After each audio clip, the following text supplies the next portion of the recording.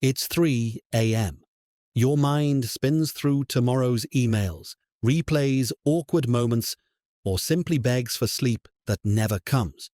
We live surrounded by space-age foam mattresses and apps claiming to optimize REM cycles. Yet we're the most exhausted generation to ever lie down in a bed. Here's the irony. 500 years ago, without central heating, memory foam, or the modern sleep industry, our ancestors slept deeper than we do today. They didn't fight their biology. They worked with it. Welcome to Lost Ways of Warmth. In my search to understand why I kept waking up exhausted, I went backward in time, digging through 15th and 16th century inventories to decode how people actually slept. What I found was a physical system, a carefully engineered structure of straw, wool, and feathers designed to cool the body, calm the nerves, and hold you gently until morning. At the center was a simple ritual called the tuck. This wasn't superstition. It was physics and biology woven into nightly routine. 500-year-old technology that modern science is only now beginning to explain. Part 1. Why your expensive mattress betrays you. To understand why a 500-year-old system might outperform modern mattresses, confront this truth. The modern sleep environment is engineered for softness, not biology. And biology always wins. Foam mattresses feel perfect at first touch. They hug your body, mold to your shape. Yet underneath lies a design flaw modern sleep science can no longer ignore. For the body to fall asleep and stay asleep, core temperature must drop by about 1 degree Celsius. This tiny shift unlocks melatonin, slows the racing mind, opens the door to deep sleep. Here's the trap. Modern mattresses, especially dense foams and synthetics, act like thermal vaults. They store your heat, hold it, then return it to you. As hours pass, trapped heat forms an insulated bubble, preventing your body from cooling down. Around 2 to 3 a.m., when melatonin should peak, your mattress has absorbed all the heat it can. It stops being your bed and becomes your furnace. Your body panics, cortisol rises, your nervous system jolts you awake, drenched in sweat. Heat is only half the betrayal. Every night you lose nearly a liter of moisture through breath and sweat. Natural fibers disperse it. Synthetic bedding traps it. You sleep in a sealed plastic chamber instead of a breathable cocoon, causing dozens of micro-awakenings your conscious mind never notices, but your exhausted body definitely does. This is the modern paradox. We designed mattresses to feel luxurious the moment we lie down, but not to support the thermodynamics of actual sleep. We optimized the first 5 minutes and neglected the next 8 hours. Our ancestors had no choice but to work with nature. Their beds were engineered tools, layered systems built to control heat, humidity, airflow, and pressure in ways our synthetic world has forgotten. Part 2. The medieval architecture of sleep. In 16th century households, the bed was often the single most valuable possession, more valuable than tables or clothing. It was technology layered with purpose. This is the 500-year-old trick. The foundation. At the bottom sat a canvas tick stuffed with straw, resting on ropes or slats to lift the sleeper off cold floors. Straw's structure is hollow, each stem a tiny air channel. Air moves through it, dissipating heat, breaking up moisture, preventing the suffocating thermal bubble that modern foam traps. The engine. Above came the wool mattress. Wool absorbs up to 30% of its weight in moisture without feeling wet. It pulls sweat away from skin, disperses it, releases it slowly into air.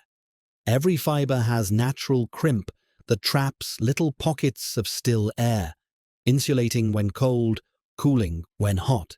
Active climate control without electricity, the crown jewel.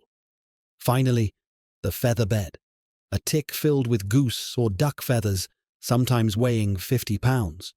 Unlike memory foam, which collapses and holds heat, feathers move, shift, breathe, create insulation without sealing you in.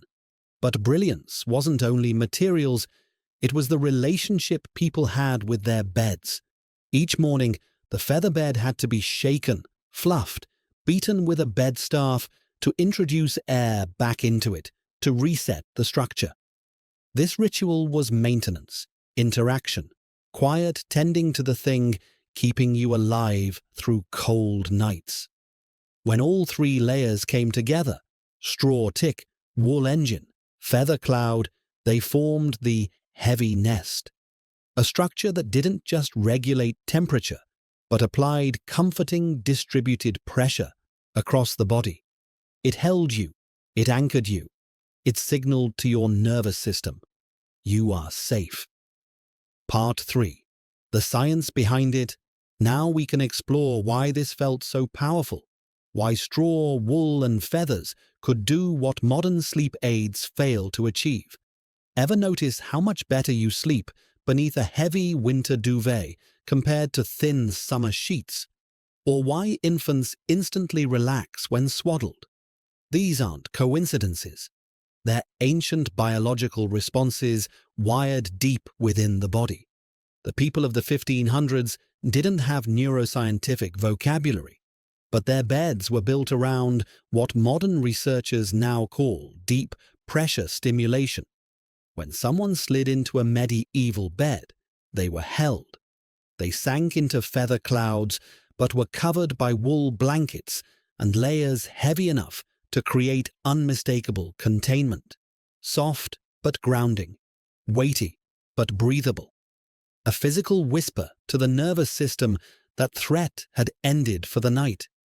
Deep pressure stimulation works because the body has a dual operating system. Sympathetic nervous system, fight, flight, dread, mental spiraling. Parasympathetic, digestion, healing, restoration, sleep. The medieval heavy nest flipped the switch. It shifted sleepers out of vigilance and into surrender.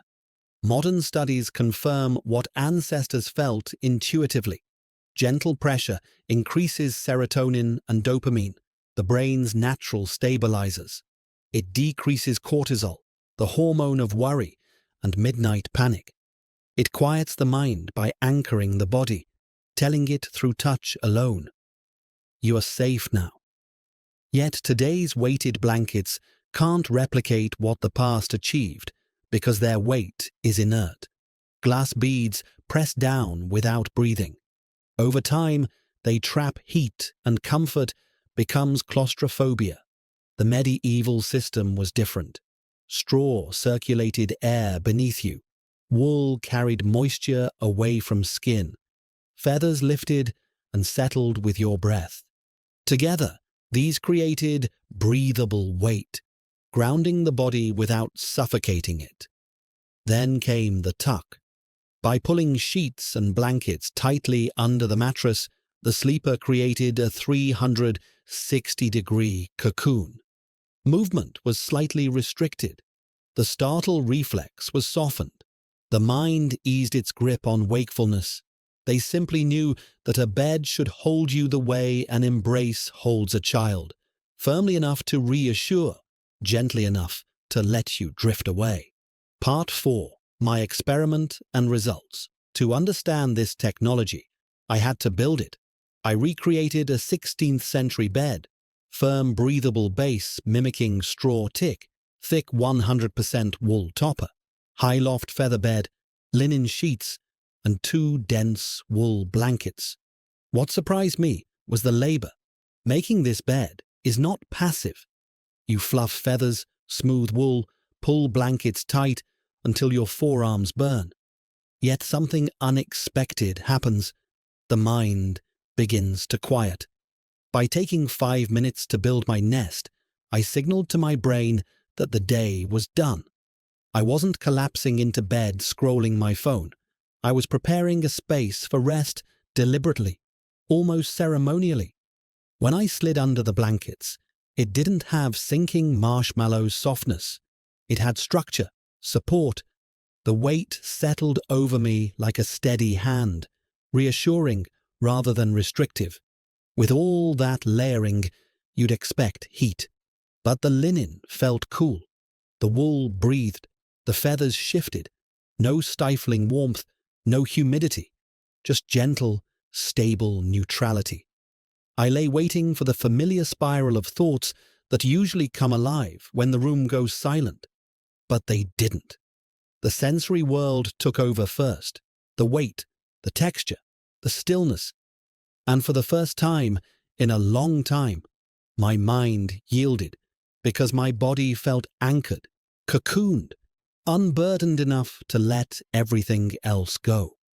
I woke up at 6:30 a.m. No jolt at 3 a.m. No overheating, no tossing.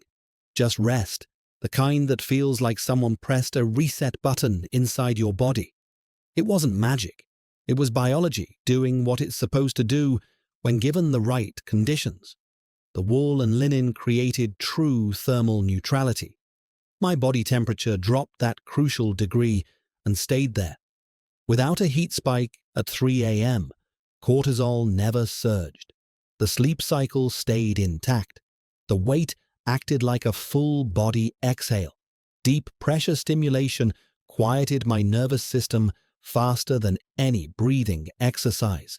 And the ritual of making the bed created a boundary between day and night that my overstimulated brain clearly needed.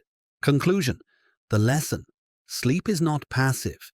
It's a craft, a nightly practice, a partnership between body and environment. To sleep well, the environment must be designed around biology, not marketing trends. You don't need to rebuild a Tudor bed, but you can adopt the principles. Choose natural fibers, wool, linen, cotton, that breathe with you instead of against you. Welcome weight, because steady pressure is medicine for a racing mind. And cool your environment, because every degree your body fails to release is a degree of sleep you never reach. History isn't merely a record of wars and kings. Sometimes history is a survival manual. Sometimes it's a whisper, reminding us how to be human in a world pulling us away from our roots. And sometimes the cure to a modern ailment is wrapped not in technology or medication, but in a 500-year-old blanket. This is Lost Ways of Warmth. If this helped you understand your sleep differently, share it with someone who can't sleep. And tell me, what's your biggest sleep struggle? Stay warm, stay rested, and I'll see you in the next deep dive.